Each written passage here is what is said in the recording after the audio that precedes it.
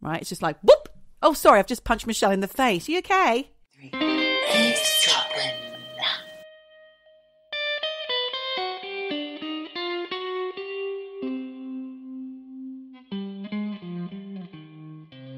Hello, Michelle. Hi, Geordie. Welcome. Welcome. What a treat. I can reach out and touch Reach out you. and touch. Do you know what? I had a whole conversation with Andreas, who is not a music fan in general. And I said, I think it's reach out and touch me. And he said it's faith. I think it's reach out, touch, face. No, it's faith. Touch face. I'll touch your face. He's right, you're He wrong. was right. Yeah. And I actually said this to you just recently. I'm happy to be wrong. I don't mind being wrong. Happy? Really, if I'm wrong and I'm corrected, I don't mind it. You can take it. I can take it. That's good, because a lot of people get defensive when they're told that they're wrong about things and they can't bear it. But it doesn't mean that you're a dum-dum, does it? A dum-dum. We can all learn, we can all grow. And guess what, people? You are learning and growing today, because we are going to kamikaze pilot our way into your eardrums with another episode of Eavesdroppin, the podcast, with me, Geordie. And I'm Michelle. You're an eavesdropper because you're eavesdropping on us. Welcome. Welcome. Welcome aboard. Take these facts and run. Go and tell them every time you see someone, like when you're sitting on a bus next to someone, guess what I heard? XYZ. It'll be wrong. Throw out some incorrect facts. Do be prepared to be educated and corrected when you go around spouting what we tell you. And just be happy to be wrong. Take a leaf out of my book. Not happy to be wrong, but if you're wrong, take it. Just blame us. Because you're Blame us. You're an evolved human, Michelle. That's why. Clearly. You must be. So, what has been going on? We had some emails, as you pointed out. Now, listeners, we love it when you write in. I have a bit of a problem with technology. Therefore, I can't personally respond at the moment. But I had a lot to say to our dear listener, Charlene, from the UK, in fact. She's been very vocal recently. She gave us some information that Boots now sell a travel pussy, which was news to me. Well, it's not a travel pussy. It's a travel pea. The peni. It's a travel peen. What? You put your D in the crystal light or something. Wow. And then you give it a little up and down. Is that like an LED so your skin's nice at the end? Do you know what? If they combined it, you could give a pea a facial as well as some good times. I love how you're just reducing all these anatomical terms to the first letter. It's a D, it's a P, it's a D. It's a V. It's a V. It's a pair of T's. A pair. A pair of B's or T's. Depending on how crude you want to be, Geordie. Well, I like this new Michelle. She's cleaned up her act. That means that the under 16s can now listen, because the F's and B's and C's are, and SH's are all... Fuck that shit. Oh, my God. Oh, my Off God. She goes. No. Now, listen, Charlene, here's to you, Charlene. We love it when you write in. Great minds think alike, my dear girl, because she heard us talking about Jodie Foster a few episodes ago, not the last week's episode, because we had already done that by the time I got the email. She said something, though, that I didn't know about regarding Jodie Foster and her stalker, John Hinckley Jr., who assassinated President Ronald Reagan. Well, tried. For her. Tried to. So what Charlene told me that I didn't know was that when he was watching the Golden Globes award speech ceremony, whatever, that Jodie Foster gave and kind of came out, even though it was an open secret for many years that she was a lesbian, she kind of finally said it for reals when she was accepting a speech in 2013. And Charlene raised it that apparently John Hinckley Jr. lost his shit from his room at the St. Elizabeth's Hospital in Washington, D.C., where he'd been there for 31 years. Under psychiatric care. Absolutely. And when he saw her admit she prefers women during her speech it was actually the Cecil B. DeMille Award acceptance speech, she kind of came out by saying this: I have a sudden urge to say something that I've never really been able to air in public. She went on then to thank one of the deepest loves of my life, my heroic co-parent, my ex-partner in love, but righteous soul sister in life, my confessor, ski buddy, consigliere, whatever that is, most beloved BFF of 20 years, Cindy Bernard. So wow. The response from Hinckley in his room at the facility was, this information would have been useful a few decades earlier. He was angry. He added that he immediately threw away all his Jodie Foster memorabilia, and he said, if I had known I never had a chance with Jodie because I'm a man, I wouldn't have tried to assassinate the president to get her to like me.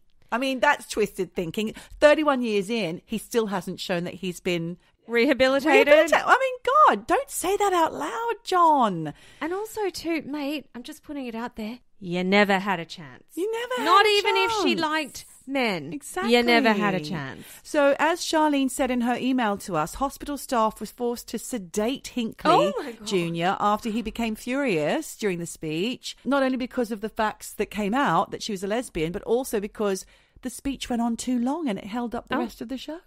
Oh, Furious. and he was pissed off. Furious. Stay in the facility, mate. He's out. What? I told you that last week, Michelle. I forgot it. I'm sorry. Oh, wow. Well, look, thank you so much, Charlene. Amazing that you sent that information in. Say what? So, Geordie, speaking of what's dropped into the inbox, we had a really fascinating email from a woman called Karen Irving. The subject line was Hampstead SRA hoax.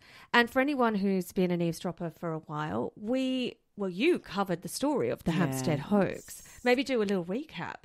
Okay, so obviously Hampstead Hoax has just been out on Channel 4 for those of us in the UK who can watch it. It was drawn to my attention when a friend sent me a clip of these two young children saying all sorts of crazy shit, like that their parents were forcing them into a sexual satanic abuse cult, and they named loads of people like their teachers, and they knew where this abuse was taking place. The police got involved and they searched all the places that were mentioned, couldn't find a single thing. And then it came out gradually, bit by bit. It was a hoax. It was all made up. Formulated by the children's mother, who wanted sole custody, and her new boyfriend, who actually had form and had done this kind of thing with families that he's been linked to in the past, which is, if he gets pissed off, he'll get social services on you by making up shit. And he has a way of convincing the children to peddle his lies, because he slaps them on the top of the head with a spoon until they get it right, so to speak. So the ultimate in coercion. But unfortunately for the people involved in this hoax, mums and dads, I was explaining it to my husband the other day, regular people with kids in primary school were getting accused of all sorts of horrible paedophilia and crimes of trafficking their own children, and trolls who believed the lies actually would break into their emails and whatnot and their Facebook and would publish pictures of 9-year-old girls and say, this girl is the star of a pornographic film thanks to her parents. Then the parents would get phone calls from America from people who wanted to slam them for being so disgusting and vile, or phone calls from paedophiles asking how much. Yeah, it was horrific. Interestingly, this woman, Karen Irving, she says here by happenstance and quite belatedly, because obviously there's been a whole lot of renewed interest in the Hampstead hoax because of the Channel 4 documentary that's just aired in the last couple of weeks. She says she stumbled across our podcast and your episode that you did on the whole Hampstead. Which is a bit scary. People Actually listen. People are listening. And she says, I'm the person who interviewed for the Alexi Monstrous podcast that you referenced, Geordie. And she said, I used to write the Hoaxstead research blog until I shut it down a couple of years ago. Weirdly, the woman who was very much involved in this has got in touch. That's the upshot of this. She was only involved, let's point out, from memory. I'm afraid I didn't go back and look at my research, but I seem to remember that Karen had a blog. She's in Canada, and she had a blog that would just keep her in touch with her sisters. And one of her sisters went to a gallery in Hampstead, and as a result, the picture was posted on her blog, and as a result of that, somehow it got dragged into the cyber attacks, and then she was at the center of it, not by design, by default somehow. And she was actually instrumental in getting to the bottom of a lot of the misinformation, if you like. Yeah. But unfortunately for Karen, I did a little Google of her yesterday. Those trolls are still at it. There's YouTube videos, those cobbled together shouty YouTube videos about her being involved with shell companies, proven to be a liar. She's covering up for paedophile rings. That's not true. I'm going to say this out loud right now. I believe you, Karen. That's disgusting that people's lives can be... I mean, you just have to disagree with someone and shit will fly at you and it will stick. And there's no way of proving otherwise. This era of misinformation that we're in, it's scary, Michelle. You know, I'm training to be a counsellor. One of my supervisors said to me the other day, be careful when you're advertising your services on Facebook, because he knows of 2 people who are counsellors who randomly had sex videos of themselves, AI, posted on their advertising pages. And that's really hard to escape from and very damaging to your livelihood, let me add.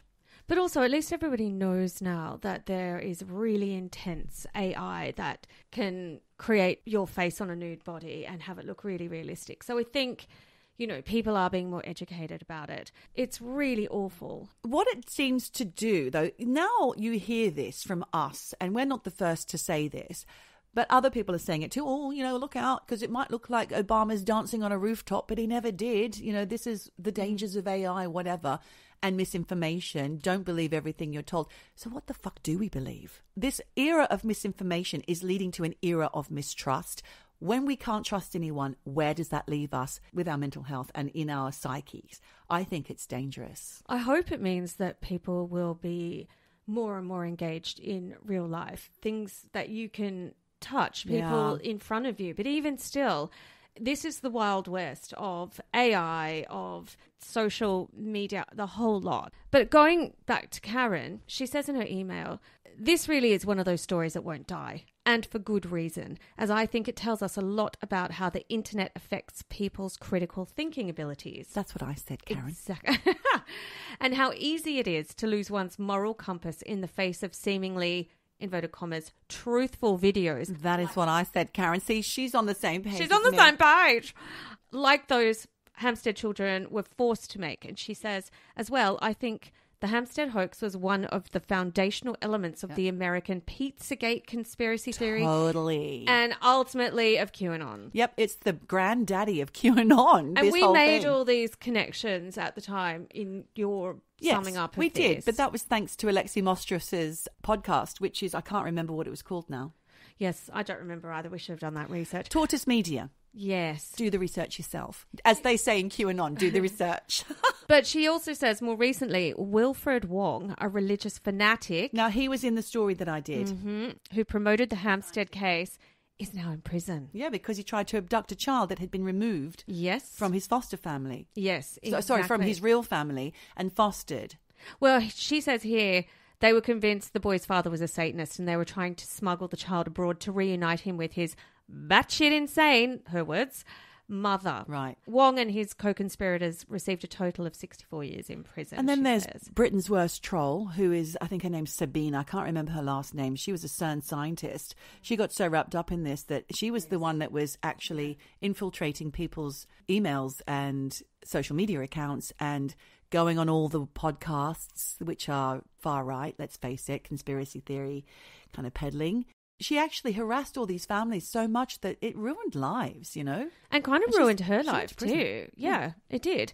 If you go online, and certainly, like I said before, the renewed interest in this case because of the Channel 4 documentary, you will see people saying, how dare people not believe those poor children? There are still people out there who are saying, those children didn't lie, this really happened. Okay. Still raging on as a debate. Even if those children who are now teenagers and young adults, and they have spoken anonymously to say that they made it all up. They were forced, they were coerced. They will back up the story, which is what I believe the truth.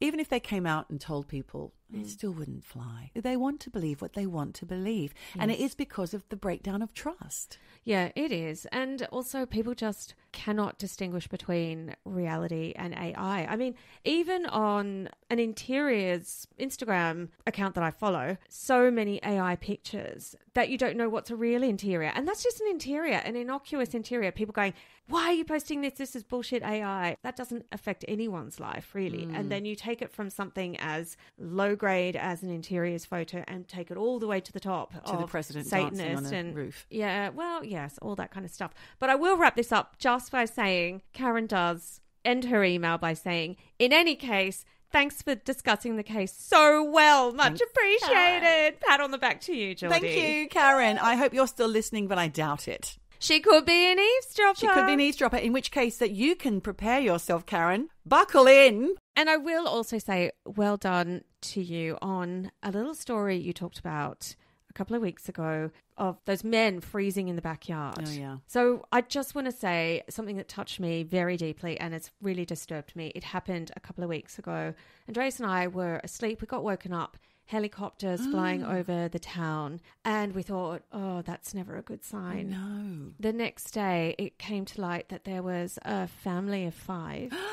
They had gone hiking and actually ski touring. They were training for the race that Andreas had actually done, the Patrouille de Glacier, which is from Zermatt to Verbier. You start at midnight, you have head torches, you ski tour, you then take your skis off, you climb, you run, you ski. In the dark? In the dark. That sucks. It's because of avalanche danger. So it's for safety that they do it in the dark. But this family and one non-family member, 6 of them actually, were training. And they had super lightweight gear on. They had very lightweight clothes. They were just prepared to do the route and then end up back over the mountain where they were living. Well, the weather came in. Oh, no. And honestly, anyone who had seen the weather that day, it was insane. I don't know why they attempted it in the first place, but they called for a heli rescue at around 5 o'clock in the afternoon. I don't know why they didn't turn around about 4 hours earlier. And the heli was like, we can't come. It's too dangerous. The winds are too much. We suggest you dig down and create an ice cave so you can huddle together and stay warm. Well, of course, they were found all frozen to death the following day. An entire family wiped out.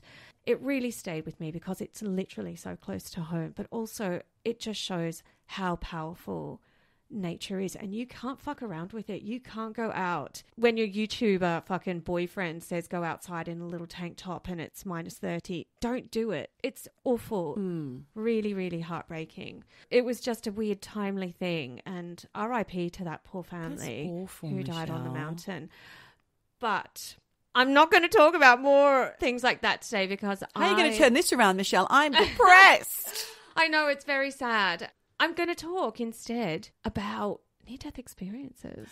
Okay. Sort of, because, you know, we've talked a lot about near-death experiences before on the podcast. Yes. It is one of my favourite things to look at because There's almost a never-ending plethora of interesting facts and stories about near-death experiences, right?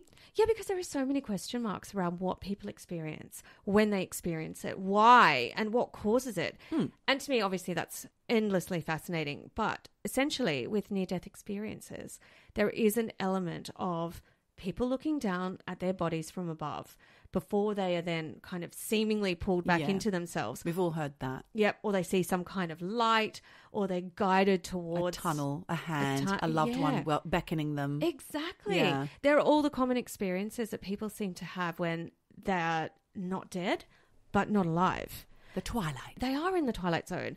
And I wanted to sort of look a little bit at how a near-death experience is different to an out-of-body experience, and how that's also different to astral projection, because on some levels... All the same? Yeah, and a little interchangeable. So I found a couple of definitions. So for OBEs, which is not an Order of British Excellence. No, what is it? Order of British It's out-of-body Empire. experience. It is out-of-body. We've talked about it before. Yes. It's where a person seems to be awake and they see their body and the world from outside of their physical body as if they are in a different location, but their body isn't. So it's more of a split of consciousness and body. Whereas near-death experiences, NDEs, it's like it says on the tin, you have to be near death or dead. And they happen in that state between someone who is considered clinically dead and then when they're considered alive again.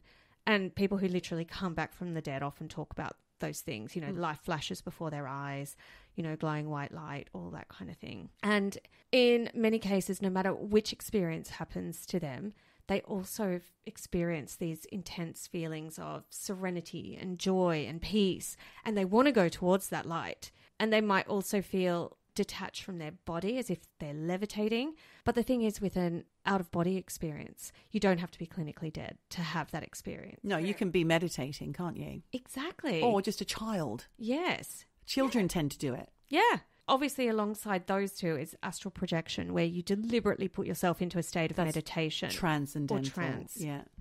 You sounded very Lucinda I then. am basically Lucinda, and a lot of people have said to me that I sound like her without even trying. So honestly, I'm just going to hold a space for you. I am holding to take space. in that information. That is a very patient woman, though, and I am certainly not. I'm holding huge lanterns of hope for you that you might become a patient woman. Geordie. Anyway, anyone who doesn't know what we're talking about. Married at First Sight Australia. Sorry. Get in on it now because it's a fantastic experiment. Anyway, back to your story, Michelle. Astral projection. I know we've talked a little bit about it before, where people say they feel like their spirit is traveling through the world and space. But then there's this almost fine invisible string that keeps them connected to their body. Invisible string. I've heard that so many times. Like a lot of people, like things like witchcraft would say you need to cut that invisible string if you're trying to break up with someone or something like that. Or, you know, when you're imagining things or doing some sort of spiritual work, invisible strings. Yeah, invisible string. They happen a lot. Well, that's what helps snap you back into your body when you finish astral traveling. It guides you back. You know, the common thing here is the spirit leaves the body, but you're not dead. And I sort of wanted to know more about what people experience. So there's this one account I found that kind of blurs the lines a bit between near-death experiences and out-of-body experiences. And it's the case of Dr. Rajiv Party, P-A-R-T-I, not a party. He sounds like he likes a good time. He does. Well, he says he had an out-of-body experience while he was having life-saving surgery. So already I'm thinking, near-death experience or out-of-body experience? But on Christmas Eve in 2010, Dr. Rajiv was rushed into the emergency room at UCLA Medical Center after having some complications after treatment for pancreatic cancer. And at the point after his cancer op, he sadly couldn't control his bowels. Oh. So doctors had given him a catheter. TMI, Sorry. Mr. Party, Dr. Party. Yeah, there's no partying for him. But that whole catheter thing did not go well for him because within hours he developed sepsis. Horrible, you know, blood poisoning and infection and all that. And it was at the catheter site. He had a ragingly high fever. So the hospital sedated him with morphine, and the next day he was wheeled into the operating room. And it was at that moment that Dr. Rajiv says he saw what he believes was, quote, the afterlife. Wow. So he says that the general anaesthetic he was given did absolutely nothing to stop the pain he was in. Oh, no. When they were operating on him. Oh, that sucks. Yeah, fucking scary. And 15 minutes into the sepsis surgery, when the surgeons inserted this new catheter, he was fucking gone with pain. Because it's like someone doing it with no pain relief at all. And he was paralysed. Yeah, he couldn't do anything. So he could feel everything but couldn't move. Oh. So he says, that's when he went out of his body. Yeah, because you would disassociate in order to protect yourself. In extreme pain like that would do something to your mind. Well, he says he remembers floating above and over the scene of his surgery, and he could see his own body being operated on. He could hear the surgeons talking. One even made a joke. I don't know what the joke was, but the whole hovering above bit, I get it. And the talking bit, because, you know, you're kind of semi-conscious, I would say. But at the same time he was watching his surgery, he says he was also simultaneously seeing his mother on the other side of the world in India. She was at home. She was wearing a green sari. She was sitting with his sister, who was wearing jeans and a blue top. And they weren't doing anything particularly exciting. They were just sitting around talking about cooking, what they were going to make. And eventually they decided to make vegetables, yogurt and rice. Dr. Rajiv says it was a very comforting feeling seeing his mum and sister. But it was short-lived because that beautiful scene of his home and his family in India immediately replaced by this terrifying change of scenery, because he said he was catapulted into this hellish realm. Oh, no. With black clouds, lightning, fire, horned creatures, all of it. And he says while he was in this hell, everyone he had ever been rude to appeared before him, including a patient. Geordie, this is fucking terrifying to me, because if this happened to me... There it goes. Oh My God. We've got the dentist. We've got the people at Gap.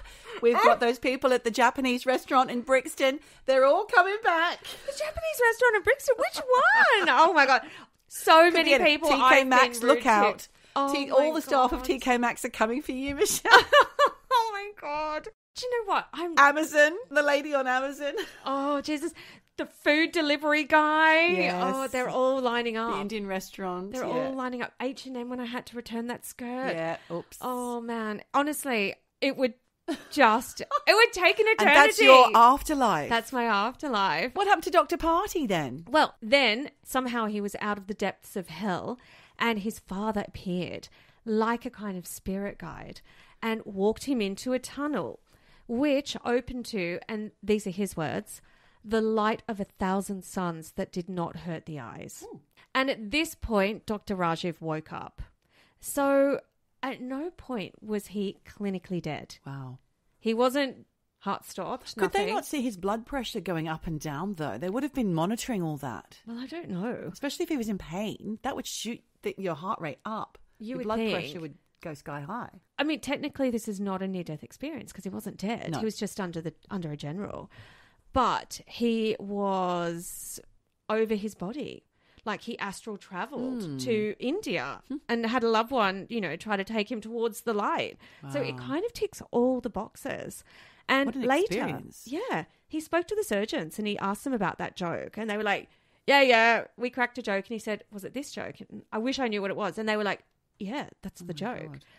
And, it's good that they were having a good time while they were operating on him. Anyway. If you think so. When you're elbow deep in a pussy wound, you got to crack a joke, right?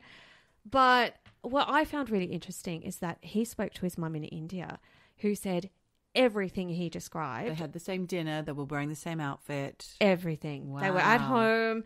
It all happened. And it happened at the precise moment that he was under the general. That's incredible. So, what is going on here? Is it a near-death experience? Out-of-body experience? Brain hallucination brought on by trauma? Yeah. Or something else that happens when the body gets sepsis? I found another story of a man called Justin Cameron, who was, at the time of his out-of-body experience, he was 44, from Ottawa in Canada, like how lovely Karen Irving we just talked about from the same city. And he was admitted to hospital with sepsis and diverticulitis. Diverticulitis. Yeah, that's a bend in the colon or something, isn't it? It's very uncomfortable. I don't know.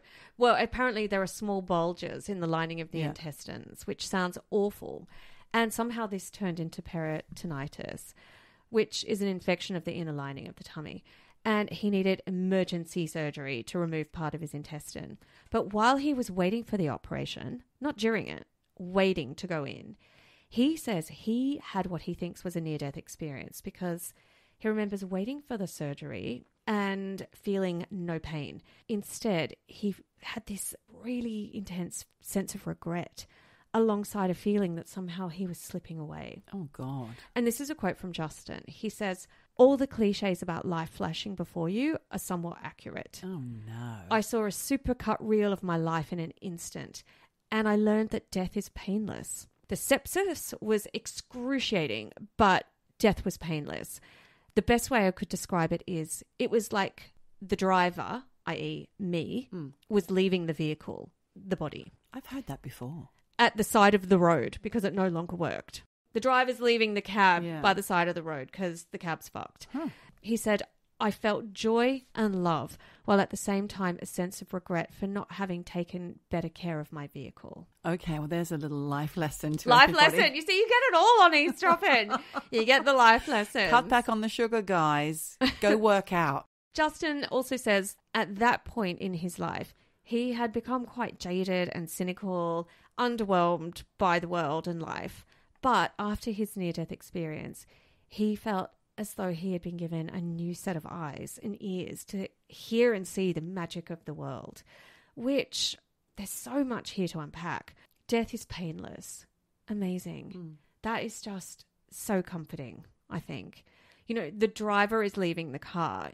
Yes, okay, he should have given his body a few tune-ups and a lube job. Getting it better. We should all treat our bodies better. But I'm not sure it's a near-death experience because I don't know how close to death he was. Yeah. That whole thing, his life flashed before his eyes. I don't think he actually felt like he left his body. I don't know. You know, we all have had scares in our lives that pull our own life into focus. Yeah. And in a second, we get that kind of moment of clarity that shines a light onto what's really important in life and what's not. And I think those moments are really, really important because you suddenly feel excited about life again and you get this kind of carpe diem feeling like you've got to seize the moment, enjoy every day because it can all be taken away from you so fast. And, you know, you do often hear that people who've had near-death experiences come out of it with this newfound joy for life and appreciation kind of for the preciousness of what we experience and it stays with them. Which brings me to a woman called Lynn Mildner, who I think had an NDE rather than an OBE. She's in her 70s now. Yeah. She's from Kings Langley in Hertfordshire. But when she was 30, she remembers seeing a beautiful white light in the distance and talking with dead family members. Or just randomly? Like after she was given a general anaesthetic. Because she went in to have a wisdom tooth removed. But there was a complication with the extraction. And while she was under, she had to have her heart restarted with a defibrillator. So she wasn't clinically dead, but she was on her way out, you know. And she says she remembers that when she was in a kind of limbo state, everything felt easy, like she was just drifting and floating, and that she felt incredibly happy. And she said she reached some sort of entrance. She didn't know what it was an entrance to, but she knew it was an entrance to somewhere. And that next to the entrance was a spirit that she knew was her great aunt Nellie. Oh. Yeah. Nellie said, you know, she was her guardian spirit. And Lynn says she remembers that she could not wait to go through the entrance and meet her grandmothers. But Aunt Nellie was like, no. She said that Lynn had to go back because she still had things to do. Okay. And Lynn says she was really upset and she was begging Aunt Nellie to let her go through the entrance just for a little bit. Oh. Aunt Nellie was like, no. Once in, you don't get out again. There's no going back. So she had to go back to her body. And she said the journey back to her body was this uphill struggle through a dark tunnel. And it was really, really hard, as if she was fighting against gravity. And she didn't want to go back. And then the next thing she remembers, her eyes were flickering open and she saw people in scrubs holding her arms up. And one of them was holding the paddles of the defib machine. And, you know, we hear, again, this all the time from people that have had near-death experiences, that they're sent back because they're told it's not their time and they still have things to do. But I love the sound of that threshold, that there's this wonderful, happy, joyful place where all the people you love are waiting for you. We've said before on this podcast that these experiences, they seem to cross cultures and age groups and timeframes and centuries. Yeah. People all seem to have this similar experience. And I don't know what to make of it. Is it some kind of spiritual thing? Is it a neurological thing? Because there's been recent research on neurological patients that apparently sheds light on how the healthy brain generates the experience of oneself. And what happens when that goes wrong is maybe what people experience as an NDE. There's this whole thing about this temporal parietal junction, which is a part of the brain, sits on both sides of the brain. You're experiencing something you've never experienced before and you comprehend it in a certain way that makes sense to you when you are able to come out the other side. Yes. You see the bright lights, you see the granny, you see the hellscape, you see the uphill struggle getting back into your body. But maybe you're not seeing those things at all. Maybe your brain is doing a little fancy dance for about 2 seconds. Maybe. There's a whole lot of these cases out there about this parietal temporal junction, like part of the brain, that when that gets messed up, because it kind of processes empathy and memory and senses. So, you know, if the senses of vision and sound and touch and, you know, all those things that are joined up for your interior feeling of yourself, if they get jumbled, then that part of the brain is not going to work the way it should and your experiences get jumbled up. And that's what people are maybe saying that could be why people have an out-of-body experience. But either way, I think it's a nice, neat way to kind of explain things. But how does that explain the doctor who went to India and saw his mum? Yes. That doesn't explain that, you know? No, but what does explain that is his mum was anxious about his operation. She was so thrilled when he came out the other side, and he said all this stuff to her, and she was like, yes, I have a green sari. Yes, and I was probably wearing it that day as well. Yes, she was wearing jeans and a top because that's what she always wears, the sister. We usually have yogurts, rice, and so that definitely happened at that time. You definitely travelled because we were thinking of you at that time and you were thinking of us at that time. So let's make that be the case in our remembered memory. Okay, that could also be true. So who knows? But I love looking into people's real life experiences of NDEs and OBEs and astral traveling. And God, one day I would love to astral travel, but quiet that mind, Michelle, and maybe you can. Woo! Pick up your panties and go, Jen. Pick up your panties and go. You don't need that. Leave the kids behind. Pick up your panties and go. Well, today I am going to talk about a few things. A little bit of a haunting later on for you, Michelle, but right now I want to ask you something. Have you heard of alien hand syndrome? Absolutely fucking not. It's also known as Dr. Strangelove syndrome. Oh, that sounds fun. Doesn't it? But it's a category of conditions where someone might actually experience their limbs acting on their own, apparently. Oh, my God. And you have no control over the hand or the limb. Right? It's just like, whoop! Oh, sorry, I've just punched Michelle in the face. Are you okay? So it's almost like Tourette's of the hand. Of the limbs, yes, of the hand mostly. Because it mostly affects the left hand for some reason. So I'd be fucked because I'm left-handed. I'm just thinking about all the things that I use my left hand for. If that suddenly went awry... And you had no control over it. It had a mind of its own. It really could get messy, Michelle. Oh, that's all I need to say. If you suffer from alien hand syndrome, you might sometimes reach for things and move them without actually wanting to or even meaning to the point where you might use the controllable hand to restrain the alien hand. Okay. Like it's like this. Holding your hand back. No, you mustn't. Don't slap yourself in the face. Exactly. It's like a comedy sketch from the 70s. Alien hand syndrome is best documented in cases where a person has had the two hemispheres of their brain surgically separated. What the fuck? Oh. Now, that is gross sounding, but actually it's a procedure that sometimes is used to relieve symptoms of extreme cases of psychosis or epilepsy. So it's a thing. Fuck, man. It sounds like what Nurse Ratched might have done. Yes, lobotomies. Lobotomies. Yeah. It also occurs in some cases after brain surgery, stroke, infection, tumour, aneurysms, migraines, and degenerative brain conditions such as Alzheimer's or Creutzfeldt-Jakob disease, which is... We bring up mad cow a lot, don't we, in these last few episodes? There isn't one universal cause for alien hand syndrome, but it's always caused by damage to your brain in a way that disrupts your movement and control. But when you plan to move a limb or an arm, it activates loads of other neural networks within your brain. So it can be managed and treated using muscle control therapies such as Botox. Oh, okay. It's so good. Ladies, you just need it. You've got surgical Botox. Come on. It's also good for migraines, apparently, and teeth clenching. Yeah, I have heard that. But there are other meds you can take to help in some instances. So that was a little something I found on the internet. But it led me into something else to do with hands because I was scrolling along Instagram. Okay. And I follow the Devon Tourism Board because it's bloody gorgeous there. And I went on a camping holiday there last year. And I would like to spend more time there because it is totally gorgeous. It's the land of myth and legend. And it turns out it's also a bit haunted. Okay. King Arthur and the Legend of the Round Table and all that kind of stuff, that is from Cornwall and Wales. But also he did hang about a little bit in Devon. He engaged with the devil in a hurling match near Moreton Hampstead, which is between two hills, Hell Tor and Blackstone Rock.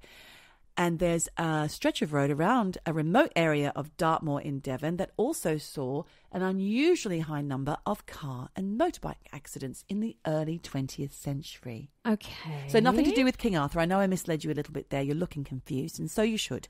Because I started talking about King Arthur, then realised he didn't really have much to do with Devon. Right, okay. It's mostly, and who knows if he's real. They say they found bits of him here and there. Bits? Well, like a thigh bone or a chip of bone or something. A D? Not the D, Michelle. Why do we have to go to the D? God. Always go to the D. Basically, King Arthur's legend, it's so ancient, and is it real? No one knows, but they have got places where it's said to have taken place, the legends and whatnot. Okay. Right? And there was this like a hurling game with the devil, apparently, in Morton Hampstead, in Devon. But I'm talking today about this stretch of road where all these car accidents started in the early 20th century, and it's known as the Hairy Hands of Dartmoor. Fucking hell. Okay, that sounds terrifying. It's Hairy Hands. The Hairy Hands of Dartmoor, and it's in the area of Post Bridge in Dartmoor on the road now known as the B3212, and I'm sure I've driven along that. But according to this story, the Hairy Hands are a pair of disembodied hands that appear suddenly, grab the steering wheel of a moving car or the handlebars of a motorbike, and then force the person in that car or motorbike off the road completely. You know, when somebody's like grabbing the steering wheel. Fucking Not that they do that, hell. but yeah. A pair of hairy hands. Well, sometimes they're hairy, sometimes they're invisible, Michelle. Right. The first sighting was reported in 1910 when drivers and cyclists reported unusual accidents along the road between Post Bridge and two bridges in Devon in the Dartmoor area. Okay. And the victims of this crash or this unexplained phenomena described their vehicle as having jolted or swerved violently and steered off the side of the road as if something had taken control of the wheel and wrenched them out of control. Jesus. I mean, this is kind of your worst nightmare. It's the kind of thing that when, you have that feeling of being on the road and then all of a sudden your brain says, if I just swerved a little bit, I'm going to kill myself and the other person coming along. I mean, we've all had this feeling of the kind of fragility of what we all do and the We're trust on we the put. edge. We put our trust in every other driver around us that they will do the right thing. And what happens if they have alien hand syndrome? Fuck, man, they're fucked. Because this is one of the things I was thinking of, and that's why it led into this story. Because imagine you've got alien hand syndrome. You shouldn't be driving. No. Get away from the car. Step away from the car. Hand me your keys. So back to this story. The victims who had reported having hairy hands or invisible hands force them off the road from within their own car would usually run into a verge on the side of the road and usually survive. And it became local legend, as I said. And then in 1921, there was a man by the name of E.H. Helby who was the medical officer for Dartmoor Prison. He was actually killed, Michelle, when he lost control of his motorcycle sidecar affair. I've written that because I don't know what they're really called. I don't know. It's a motorcycle with a sidecar. Yeah. What's that called? A sidecar? With a motorcycle attached. It's just, I don't know. The sidecar's the sidecar. Yeah, the but it's just a motorcycle's motorbike. I don't know. with a sidecar. With a sidecar. So it's a motorcycle sidecar affair. Okay. That's what I've called it. He had, now this is the queer part of the story, really, one of the queer parts, and there's no explanation. I have looked. There's a lot of confusion. He had two young girls riding in the sidecar. They were apparently the daughters of the prison governor where he worked, which begs the question, why was he travelling with them? But then I found out that they were apparently his daughters, but then I heard that he didn't have children, and it was all very confusing. There was a lot of newspaper articles that I used for... With a lot of misinformation. Yeah. Bits and pieces. And also because it's so old as well, so it's twisted and turned over the years. But thankfully they survived, so they could bear witness to him shouting at them to jump out of the bike while he was wrestling with the controls, because he realised something was amiss, like something's gone on here, girls. Jump clear. Jump. Exactly. This is a sidebar about Dr. Helby, by the way. I discovered this while doing the newspaper research. Okay. He was well known for something other than dying as a result of the hairy hands. Okay. But because of the Hairy Hands of Dartmoor being involved in his death, it was completely forgotten about. Okay. He was a prison doctor, as I've said, and he was involved in the force feeding of women suffragette prisoners when they went on hunger strike in 1909 at Winson Green Jail. Okay. Isn't that interesting? Yeah, I don't know how I feel about that. No, I don't feel good about it. But no, I mean, that's, what a thing. That's awful. Yeah. Force feeding anyone. Yeah. Fuck, man. Don't eat pate. What? Well, that's what they do to geese, isn't it? They force feed these geese. Okay, that's probably not what they're doing. They're not- Okay. The hairy hand struck again a while later with another motorcyclist. This time he had a pillion passenger, so someone on the back of his bike. And they also were seemingly driven off the road, approaching the same spot. This time the passenger saw things that he could recall clearly. So primarily he saw a large hairy hand grasp the handlebars Fucking hell. and force the bike off the road. That's crazy. Tell me about it. Why hairy? I don't know. How hairy are they, I It's wonder? an ape. Do you think it's an ape hand? No, I don't think so. Yowie. I don't think so. Okay. Because they're in Australia. Some weeks after Helby's death, there was another incident where the driver of an open-top coach, which was kind of like a bus thing back in those days, lost control and several passengers were thrown out of the coach. One was seriously injured. Lots were hurt in this particular bus crash. And then on the 26th of August, 1921, a captain in the army claimed that a pair of invisible hands had taken hold of him and forced his motorcycle off the road. At this point, the media was sniffing around, Michelle. Of course. So the Hairy Hands of Dartmoor story became national Legend. news. Exactly. Not legend, national news. It was Yeah. reported as fact. Yeah. Now, there's a book called Supernatural Dartmoor by a man called Michael Williams. It was published in 2003. You can get that on Amazon or other bookstores which are available. And in this, the journalist and author Rufus Endell tells his own anecdote. He said that while he was driving his car near Post Bridge, a pair of hands gripped the steering wheel and he had to fight for control. And he managed to avoid crashing the car with the hands suddenly disappearing without any fanfare. Just suddenly, poof, gone. So he's there really wrestling for control and putting a lot of, strength and power into Yes. doing that. And then the hands are gone. And then he's probably still Having to right himself. Yeah, Yeah. exactly. But strangely, Rufus Endell asked the author Michael Williams, please do not publish this story until after his death. He was concerned it might make him look a bit mad. Well, yes, but his story is not in isolation. True. But maybe he just didn't want to be lumped in with Yeah, those. with the crazy, with people who think they are crazy. Yeah, of course. But funnily enough, Michelle, it wasn't just cars and motorbikes that were victims of the hairy hands. In 1924, a woman camping on Dartmoor with her husband reported seeing a hairy hand attempt to get inside her caravan during the night. No, I can't Oh sleep my in my God. caravan anymore for fear of hairy hands. Sexy hairy hands. Well, no, her husband was with her, I think. I don't know if it was the sexy one. 'Cause Well, he wanted sexy times. But what, with her and her husband? Maybe. How do you know what this hairy hand is thinking, by the way, Michelle? I'm projecting. Yeah, I think you are. But this quick-thinking, God-fearing lady made the sign of the cross at the hand, and it shuffled away quickly. Back it goes. Gone. Oh, jeez. Whose hands are these, Michelle? You said an ape. Well, or Bigfoot, Yowie, whatever. Like, I don't know, but they're It's not a disembodied. yowie.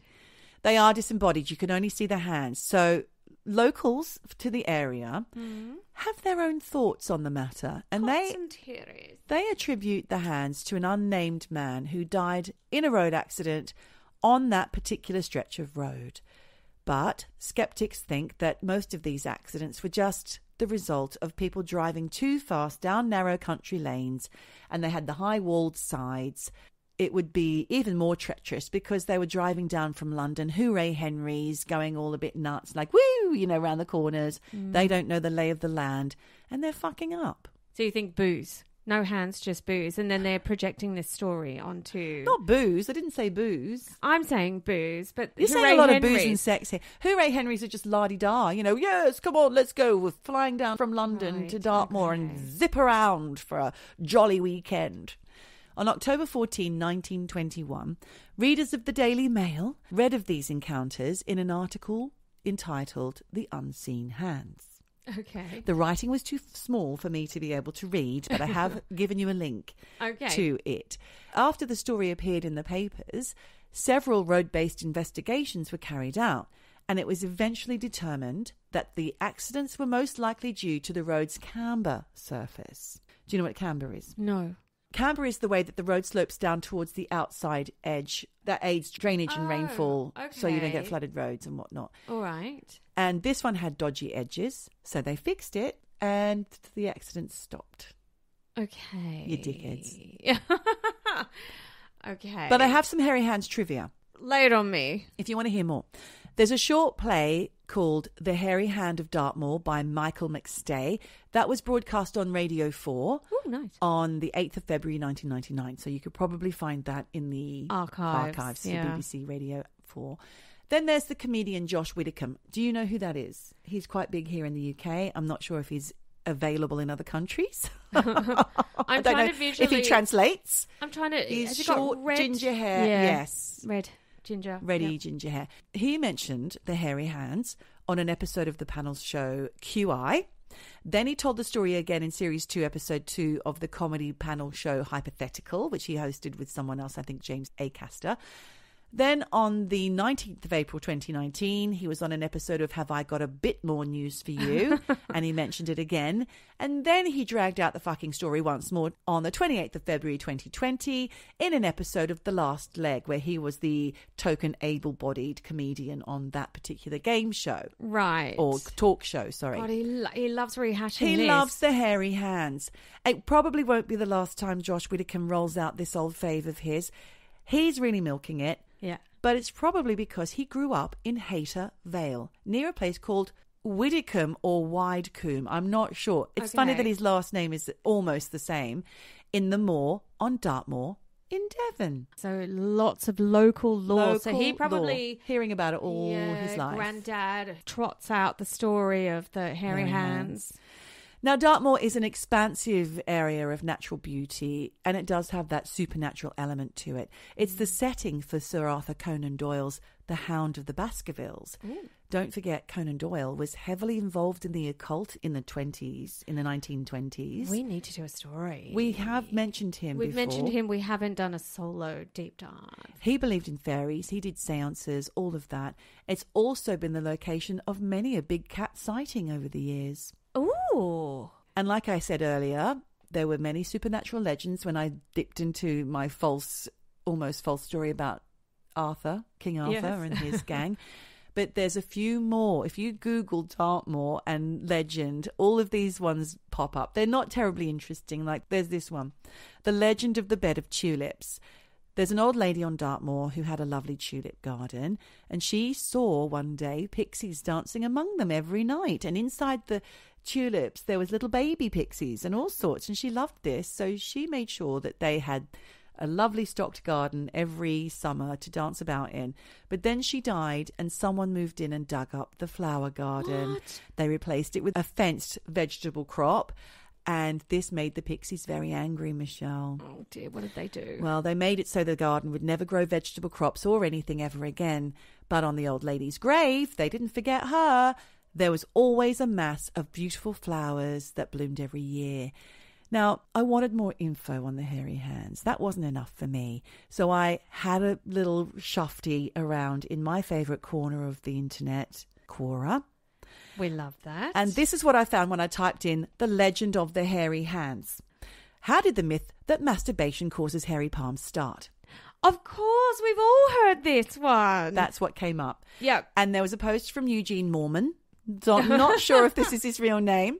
In his intro, he states he has apparently been masturbating since 1965 and has not yet died from it. Now, he says, I believe it is one or more of the books written in the Dark Ages, usually by priests or just opportunists, that attempt to blame nearly every single bad possible conceivable thing on masturbation, also known as onanism or self-abuse.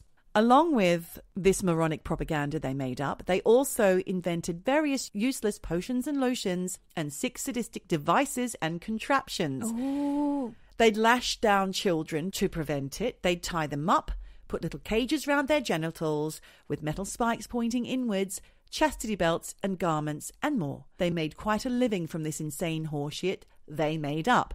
But then no one would question a priest. And if they were told something by a priest, no matter how incredibly stupid, they'd likely believe it. No one knew that there were no hair follicles on the palms, and it is impossible to grow hair on your palms for any reason. Thank you, Eugene.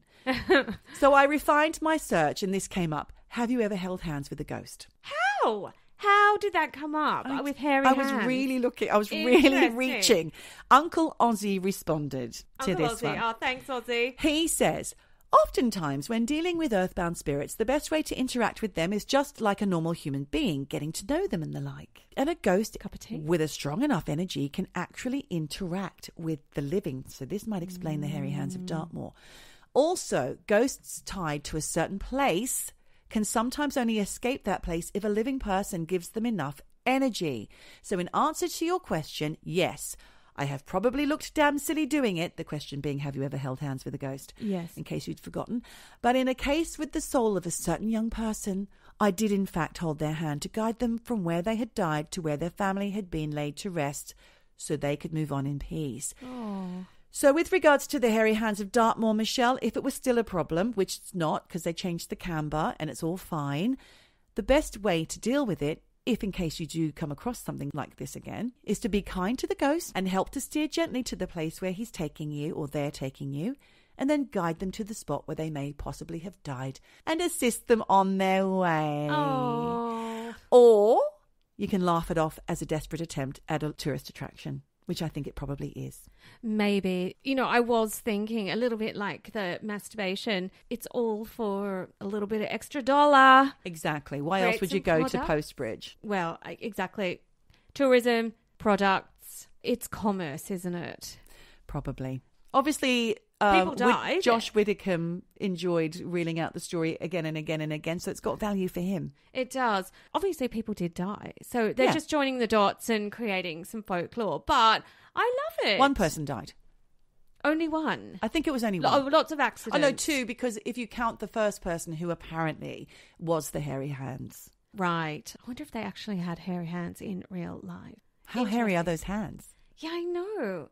I have seen men with hairy hands. Or are they disembodied ghost hands with a bit of fuzzy-wuzzy around the edge because you can't quite see them? Maybe. Or in a hairy glove. Could be the hairy Who glove. knows? What's But the... wonderful story. Thank you so much. Thanks, Michelle, and thank you for your deep dive into OBEs and NDEs. And a little bit of astral thrown in there. No, it wasn't so much a deep dive as I love hearing about what people see. You know, It's fascinating, isn't it? Yeah, because there are always similar elements that come forward. Like we said before, loved ones, life flash before your eyes, the light, etc.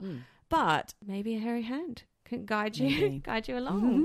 Brilliant story. I'm going to give you my hairy hand right now to guide you along and off this podcast now because we are done for the day. We are done for the day. And really, there's only 3 things left to say. Wherever you are, whatever you do, just keep eavesdropping. Eavesdropping. Eavesdropping. Dropping. Eavesdropping. Dropping. Eavesdropping. Eavesdropping. Dropping. Dropping.